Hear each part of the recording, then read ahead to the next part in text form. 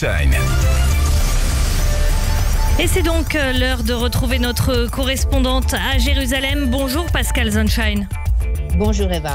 Alors tout d'abord, avec vous un point sur le terrain à Gaza et cette triste annonce, l'annonce de la mort de 3 nouveaux soldats de Tsahal qui ont été tués dans la bande de Gaza. Oui, 3 soldats tombés hier à Rafah, dans le sud de la bande de Gaza. Le sergent-chef Amir Galilov, 20 ans. Le sergent-chef Uri Bar-Or, 21 ans. Et le sergent-chef Ido Appel, 21 ans.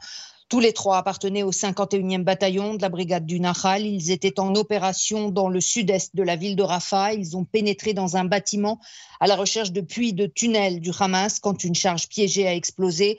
Un officier et 2 autres soldats ont également été gravement blessés. Au total, 12 soldats ont été blessés depuis hier dans les combats dans la bande de Gaza, dont 7 grièvement.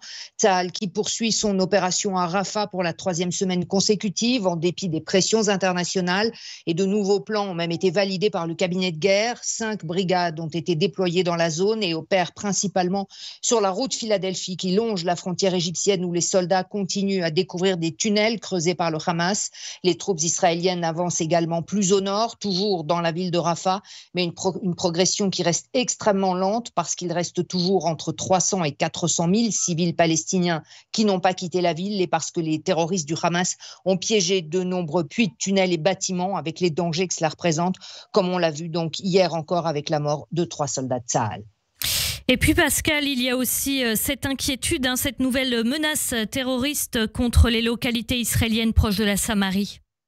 Et ce matin, le village de Bat Refer a été visé par des tirs venant du côté palestinien de la barrière de sécurité. Il n'y a pas eu de blessés. C'est la 2e attaque de ce type en l'espace de 3 jours.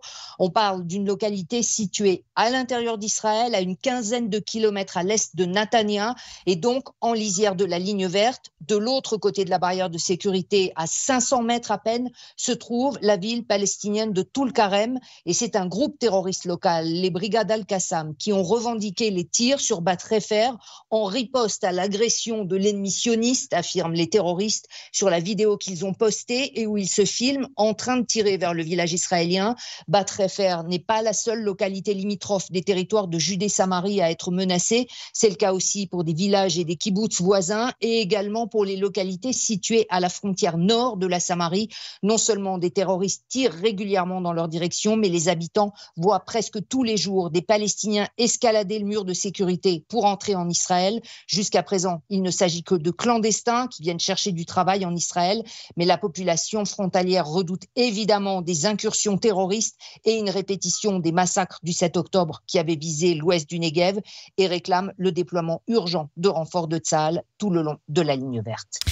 Merci beaucoup Pascal Sunshine, dont vous pouvez retrouver les chroniques sur radioj.fr et sur YouTube.